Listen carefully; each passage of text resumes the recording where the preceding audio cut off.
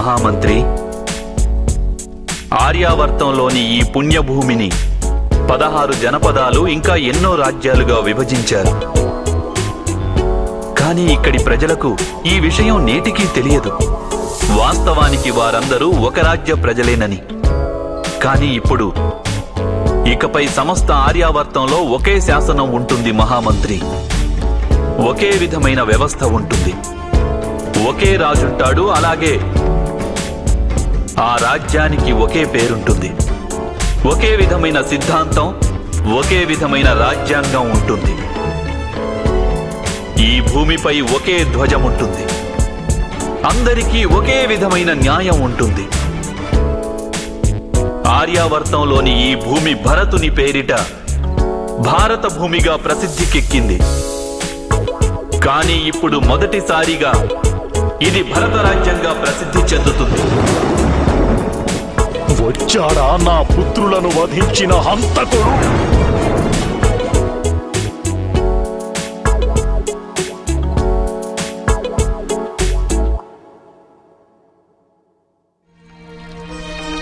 సమ్రాట్ యుధిష్ఠిరుల వారికి, సమ్రాట్ యుధిష్ఠిరుల వారికి, సమ్రాట్ యుధిష్ఠిరుల వారికి. వచ్చాడా నా పుత్రులను వధించిన హంతకుడు? అగ్రజ, విజయుడైన సమ్రాట్ యుధిష్ఠిరుడు నగరంలోనికి ప్రవేశిస్తున్నారు. మీరు వదిన గారితో కలిసి వారిని స్వాగతించేందుకు నగర ద్వారం వద్దకు రావాల్సి ఉంది. విజయుడే కావచ్చు, కానీ అతడు తన సోదరులను వధించిన హంతకుడు. నేను వారిని స్వాగతించలేను. మీరు రాణి కదా. పరాజితులైన రాజదంపతుల కర్తవ్యానుసారం వారు విజేతలైన రాజదంపతులను స్వాగతించాలి. కానీ అది జరగకుంటే సమ్రాట్ యుధిష్ఠిరులు మీకు మృత్యుదండన విధించే నిర్ణయం తీసుకోవచ్చు. మృత్యుదండన?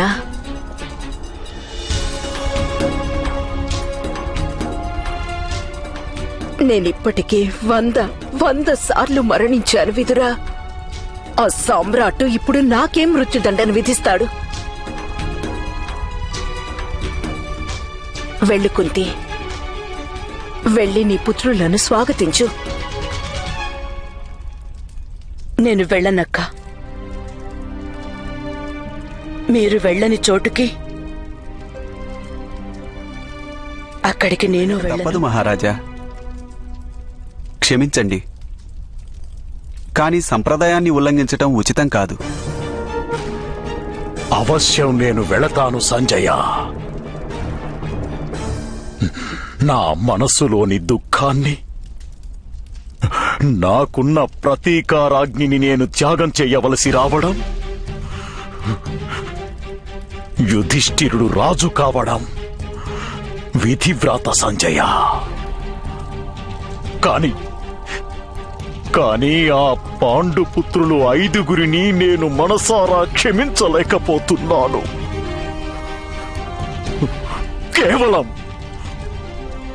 కేవలం ఆ భీముని కారణంగానే. వాడు నా పుత్రులందరినీ నిర్దాక్షిణ్యంగా వధించాడు. మా దుశ్శాసనుడి ఛాతీని చీల్చి వాడి రక్తాన్ని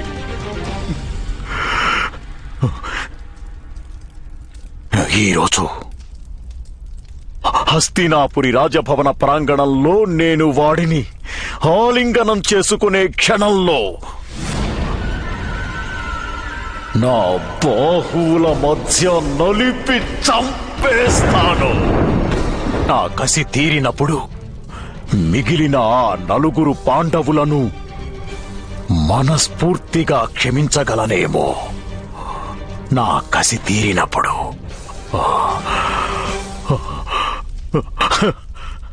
పద సంజయ.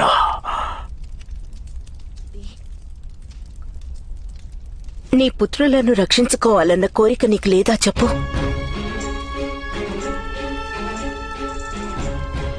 ఈ రోజు పాండుపుత్రులు మరణించాలని రాసి ఉంటే అలా జరుగుతుందక్క. అన్యథా ఏ శక్తి వారిని 18 రోజులు రక్షిస్తూ వచ్చిందో అదే శక్తి వారిని ఈ రోజు కూడా రక్షిస్తుంది. సమ్రాట్ యుధిష్ఠిరుల వారికి, సమ్రాట్ యుధిష్ఠిరుల వారికి, సమ్రాట్ యుధిష్ఠిరుల వారికి, సమ్రాట్ యుధిష్ఠిరుల వారికి. సమ్రాట్టుకు జయము జయము. నేను హస్తినాపురికి పరాజితుడైన రాజును.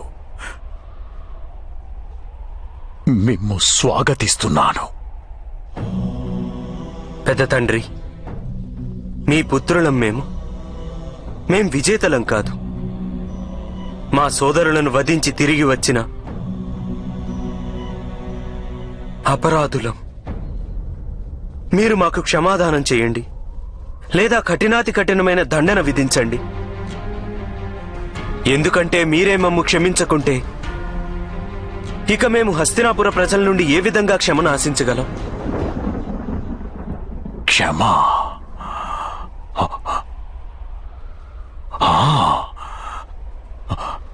మీ అందరినీ క్షమించడం నా ధర్మం కదా. కానీ నేను మిమ్ము క్షమించలేకున్నాను. నా హృదయం రగులుతోంది. మా పుత్రులు మరణించినందుకు.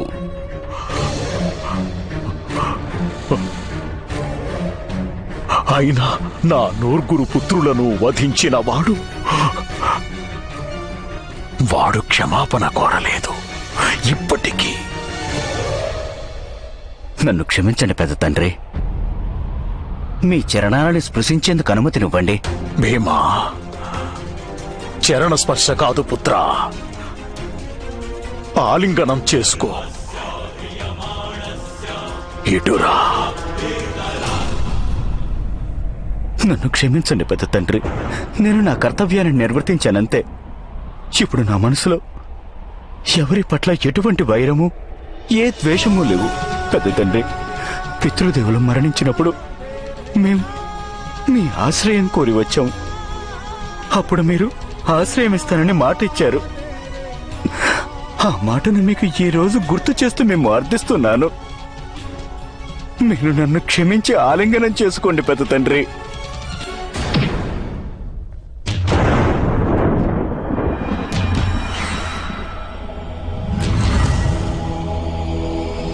నీవు గదాయుద్ధ నియమాలకు విరుద్ధంగా యుద్ధం చేస్తున్నావు భీమా. దుర్యోధన, నేను నా ప్రతిజ్ఞానుసారమే నీపై దాడి చేస్తున్నాను. భీమా,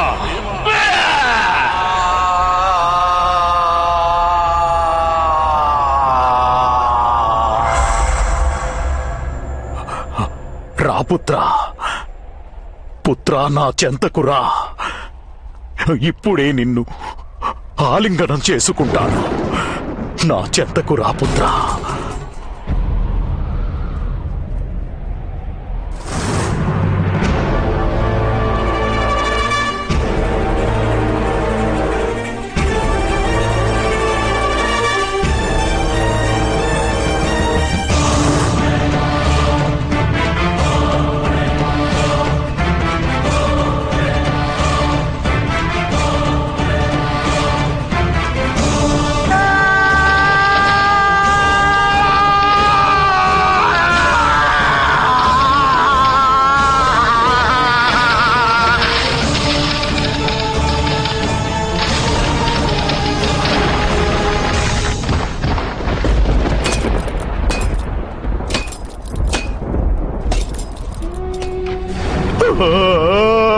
భీమా, పుత్రా భీమా, నేను చేసిన పని ఉచితం కాదు పుత్రా. నేను నా ఆగ్రహాన్ని అదుపు చేసుకోలేకపోయాను. భీమా, నన్ను క్షమించు పుత్రా. భీమా, నన్ను క్షమించు.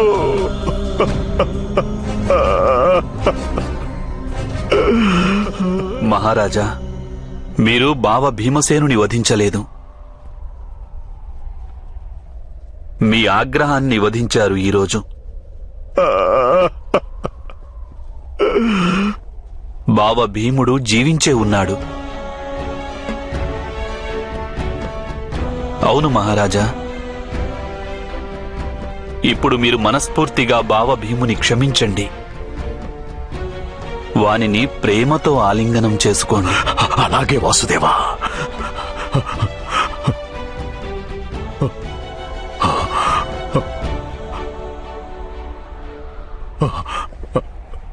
భీమా, భీమా, ఇలా రా పుత్రా. భీమా,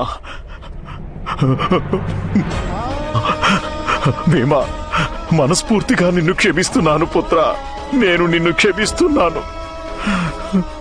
నేను నిన్ను క్షమిస్తున్నాను.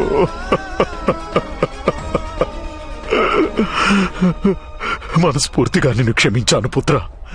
శుభం కలగాలి, మీకు శుభం కలగాలి, శుభం కలగాలి.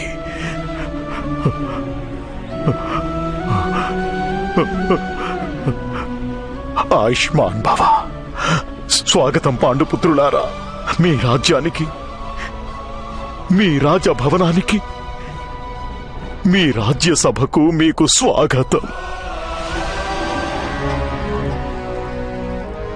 సోదరా విదురా, జీవితాంతం నేను నీ పట్ల కూడా అన్యాయం చేశాను. కానీ ఎప్పుడు నీవు నా అనుజునిగా నీ కర్తవ్యాన్ని త్యజించలేదు. యుధిష్ఠిరుని శిరస్సుపై మకుటాన్ని అలంకరించే గౌరవాన్ని నేను నీకిస్తున్నాను విదురా. మీ వాత్సల్యానికి ముగ్ధుడనైనాను అగ్రజ. సమస్త ఆర్యావర్తంలో నేడు ఎంతో పరివర్తన వచ్చింది. దానికి పూర్తి ఘనత వాసుదేవుడు శ్రీకృష్ణునికే చెందుతుంది. నేను వాసుదేవుని సవినయంగా విన్నవించుకుంటున్నాను. సమ్రాట్టు శిరస్సుపై మగుటాన్ని అలంకరించే బాధ్యతను కూడా వారే స్వీకరించాలని. నీ అభీష్టం విదురా. వాసుదేవా, అవశ్యం. సమ్రాట్టుకు నేను మకుటాన్ని ధరింపచేయడమే ఉచితంగా ఉంటుంది.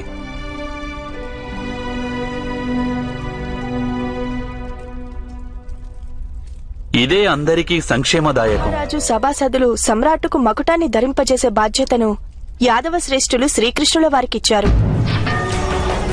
అక్క ఆగండక్క. ఆగో ఆగో ఆగో ఆగో ఆగో ఆగో. ఈ బాధ్యతను వాసుదేవుడికి ఎందుకు ఇచ్చారు?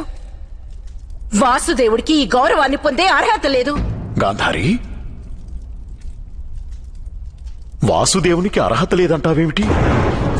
పట్టాభిషేకం వంటి మహత్కార్యానికి వాసుదేవుడు స్వయంగా విచ్చేయడం మనందరి అదృష్టం కదా గాంధారి. అగ్రజులు సెలవిచ్చింది ఉచితమే వదిన గారు. వాసుదేవుని మించిన అధిక శక్తిమంతుడు సమస్త విశ్వంలో తెలుసు. ఈ వాసుదేవుడు లేకుంటే పాండుపుత్రులకు విజయం దక్కేది కాదు.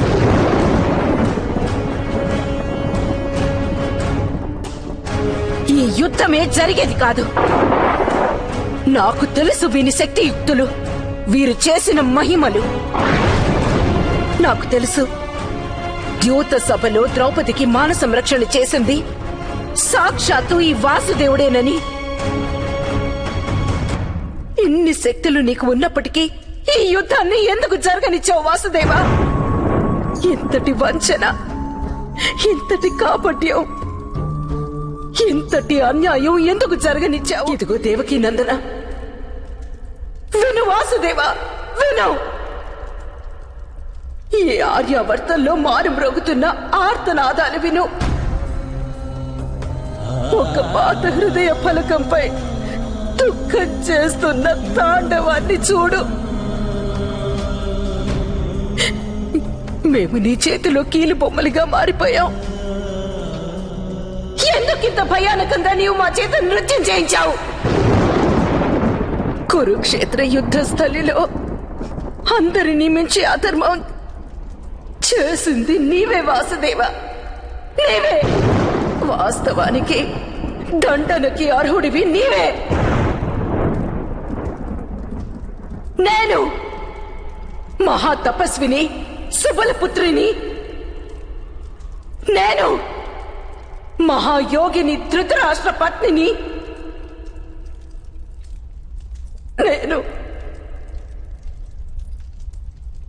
అభాగ్యురాలిని కురు రాజమాతను ఇప్పుడు నిన్ను శపిస్తున్నాను.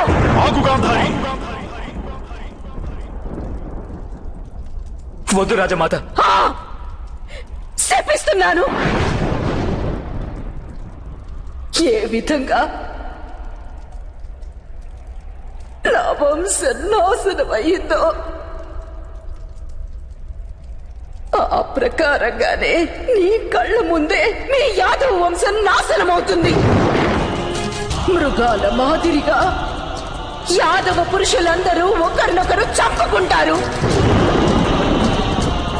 ఆ మృగాల పిల్లల మాదిరిగా యాదవుల బాలలందరూ కూడా ఆక్రందనలు చేస్తారు. వారి కన్నీరు తుడిచేందుకు ఎవ్వరూ ఉండరు వాసుదేవ, ఎవ్వరూ ఉండరు. ఏ ప్రకారంగా మా నగరం దుఃఖంలో మునిగిపోయిందో అదే విధంగా మీ నగరము సముద్రంలో మునిగిపోతుంది. మీ నగరంలోని సువర్ణ భవనాలు సముద్రంలోని ఉప్పులు కరిగిపోతాయి.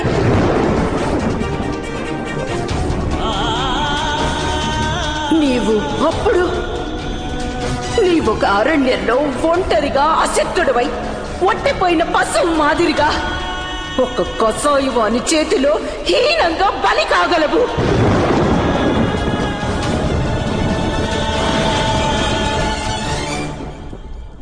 ఒక పుత్రహీనురాలైన మాత హృదయం నుండి వెలువడిన శాపం ఎప్పటికీ విఫలం కాదు.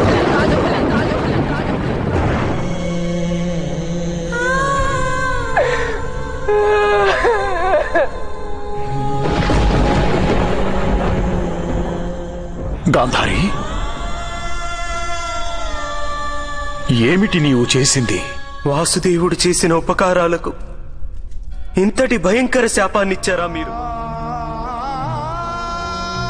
ఇలా వారిని శిక్షించకుండా మీరు పాండుపుత్రులందరినీ శాశ్వతంగా నరక యాతనను అనుభవిస్తూ కృషించాలని శపించి ఉండవచ్చు. కానీ మీరు మాధవుని ఇంత భయానకంగా శపించి ఇప్పుడు ఈ సమస్త విశ్వాన్ని అనాథను చేశారు.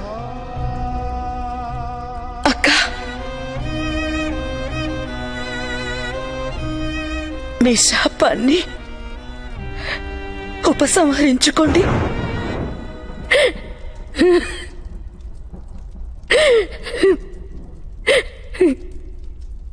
నన్ను క్షమించు వాసుదేవా. నా 9 పుత్రులు మృతి చెందినందున నా మనస్సు వికలమైపోయింది. లేదు మాత, మీరు ఏ అనుచిత కార్యమూ చెయ్యలేదు మాత.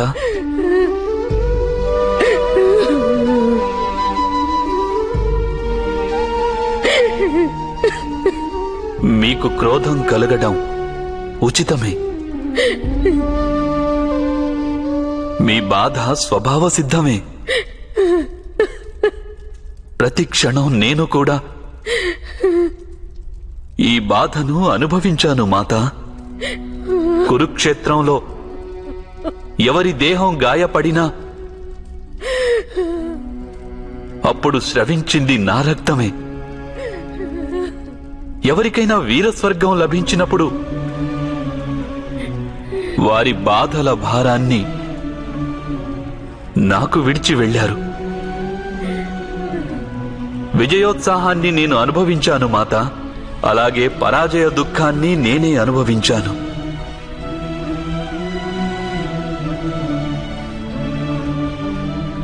నేనే మీకు శత్రువును మాత. కానీ మీ మిత్రుడిని కూడా నేనే, మీకు పుత్రుణ్ణి కూడా నేనే. నేనే ఎంతో కఠినంగా అశ్వత్థామను శపించాను. కాని మాత, నేనే ఆ శాపాన్ని అనుభవిస్తున్నాను. దుర్యోధనుణ్ణి భీముడు గాయపరిచినప్పుడు బాధతో ఆర్తనాదం చేసింది నేనే. నేను జీవన పర్యంతం మాతల ఆశీస్సులను స్వీకరిస్తూ వచ్చాను. కనుక ఈ రోజున దేవకీ నందనుడు ఈ మాత శాపాన్ని కూడా స్వీకరిస్తున్నాడు.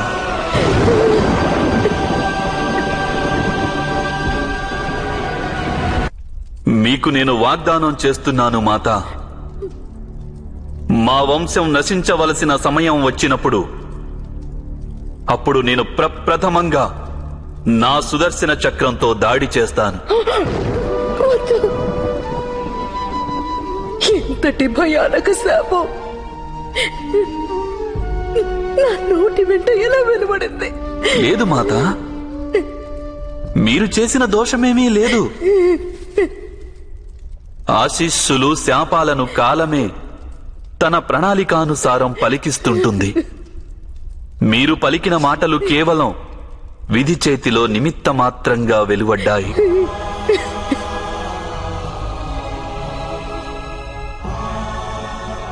యాదవుల నాశనం కూడా అనివార్యమైనదే.